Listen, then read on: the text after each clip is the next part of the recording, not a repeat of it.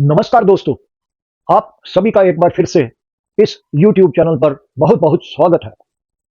आज का वीडियो बहुत ही अहम है, बहुत ही संवेदनशील और भविष्य बदलने वाला हो सकता है।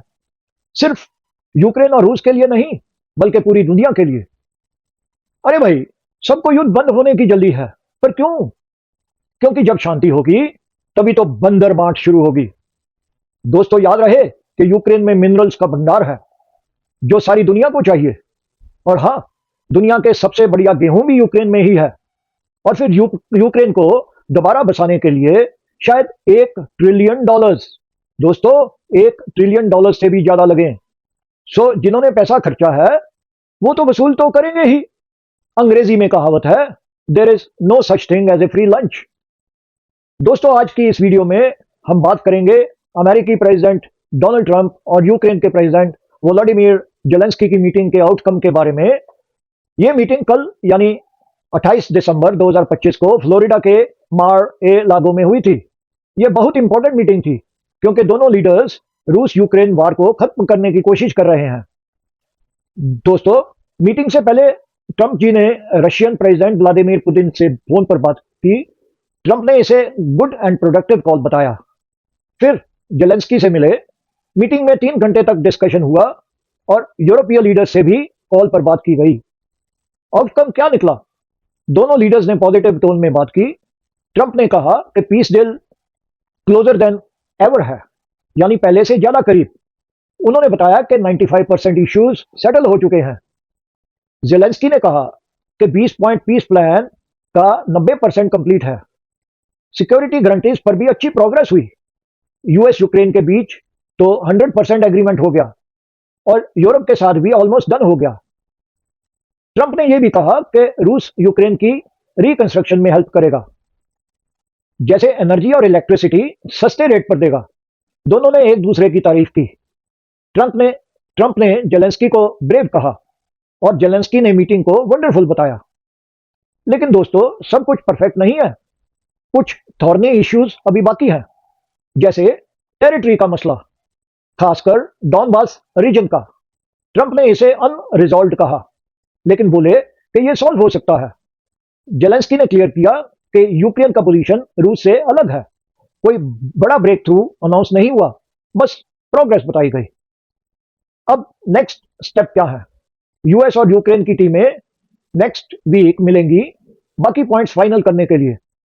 जनवरी में शायद वाशिंगटन में यूरोपियन लीडर्स के साथ और मीटिंग हो। ट्रंप पुतिन से फिर बात करेंगे। दोस्तों, यह वार फरवरी 2022 से चल रही है, यानी कि लगभग 4 साल पूरे होने वाले हैं और लाखों लोग प्रभावित हैं। ट्रंप कह रहे हैं कि डील जल्दी हो सकती है, लेकिन टेरिटरी जैसे मुश्किल टॉपिक्स पर रूस क्या कहेगा, यह देखना बाकी है। जेलेंस्की ने कहा, यूक्रेन पीस के लिए रेडी है, लेकिन जस्ट पीस। ओवरऑल मीटिंग से ऑप्टिमिज्म निकला। दोनों साइड्स हैप्पी लग रहे थे। कोई झगड़ा नहीं हुआ जैसे कभी पहले हुआ था, लेकिन फाइनल डील अभी दूर है। उम्मीद है जल्दी अच्छी न्यूज आए। आपको क्या लगता है, डील होगी या नहीं? कमेंट्स में प्लीज बताइए। वीडियो लाइक करो प्लीज और इसे शेयर भी करिए और सब्सक्राइब करना नहीं भूलिए। तो दोस्तों, वीडियो को पूरा देखिए क्योंकि आधी जानकारी से सिर्फ कंफ्यूजन बढ़ता है।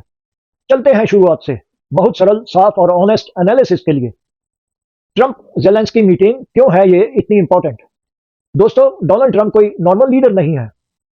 वो स्टेटस को तोड़ते हैं, डिप्लोमेसी को स्ट्रेट लैंग्वेज में रखते हैं और अमेरिका फर्स्ट से कभी पीछे नहीं हटते।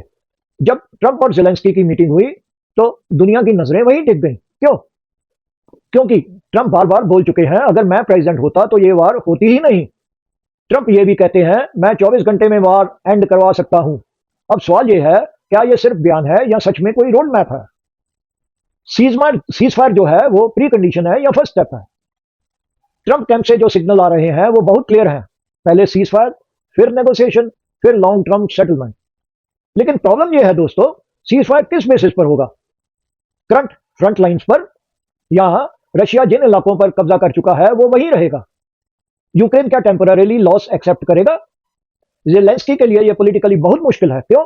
क्योंकि 2022 से आज तक यूक्रेनियन लीडरशिप ने लोगों से यही कहा, हम अपनी 1 इंच जमीन भी नहीं देंगे। दोस्तों, ये तो वही हुआ जो दुर्योधन ने कहा था लॉर्ड कृष्णा को, और अल्टीमेटली वो युद्ध हार गया था। अब अगर सीज फायर करंट पोजीशंस पर होता है तो रशिया प्रैक्टिकल विनर दिखेगा, यूक्रेन मॉरल डिफीट फील करेगा। यूएसए सिक्योरिटीज गारंटीज क्यों वोग है? और दोस्तों ये पॉइंट सबसे क्रिटिकल है। जेलेंस्की बार बार कह चुके हैं without security guarantee cease fire is meaningless.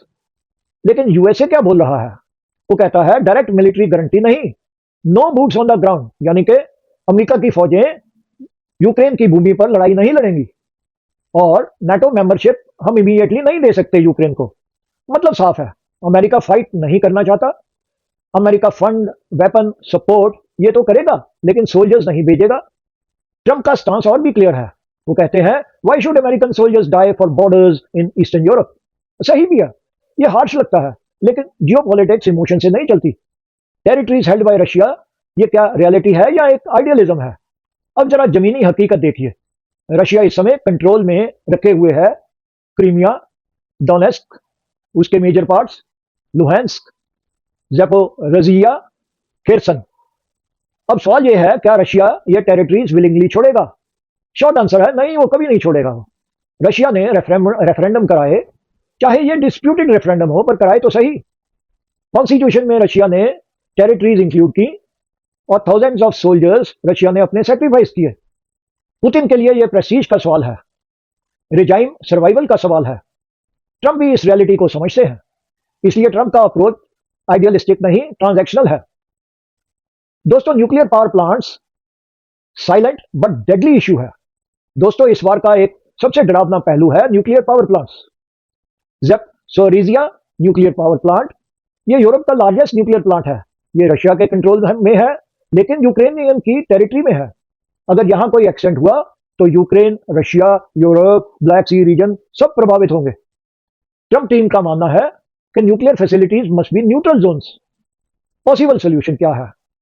United Nations international supervision और डीमिलिटराइज जोन।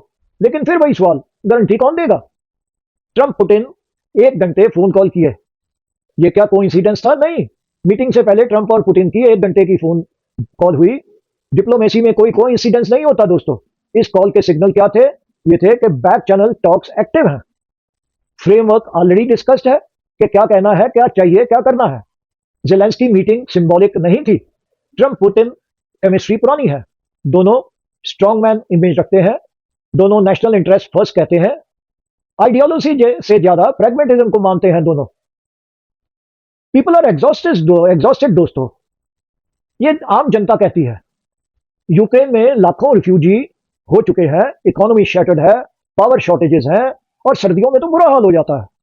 यूथ पावर इस लड़ाई में खूब मारे गए हैं और रशिया में सैंक्शंस फटीग है, इन्फ्लेशन है, उनके भी सोल्जर्स मर रहे हैं और मर चुके हैं और ग्लोबल आइसोलेशन रशिया का हो गया है। दोनों देशों की जनता अब शांति चाहती है। लीडर्स चाहे कितनी भी स्ट्रॉन्ग स्पीचेस दें, ग्राउंड रियलिटी ये है कि war fatigue is real. Both countries are exhausted, military reality यही कहती है। अब ऑनेस्ट मिलिट्री एनालिसिस करते हैं। यूक्रेन की बात करें तो मैन पावर शॉर्टेज है, डिपेंडेंस ऑन वेस्टर्न एड है, एयर डिफेंस अंडर स्ट्रेस है।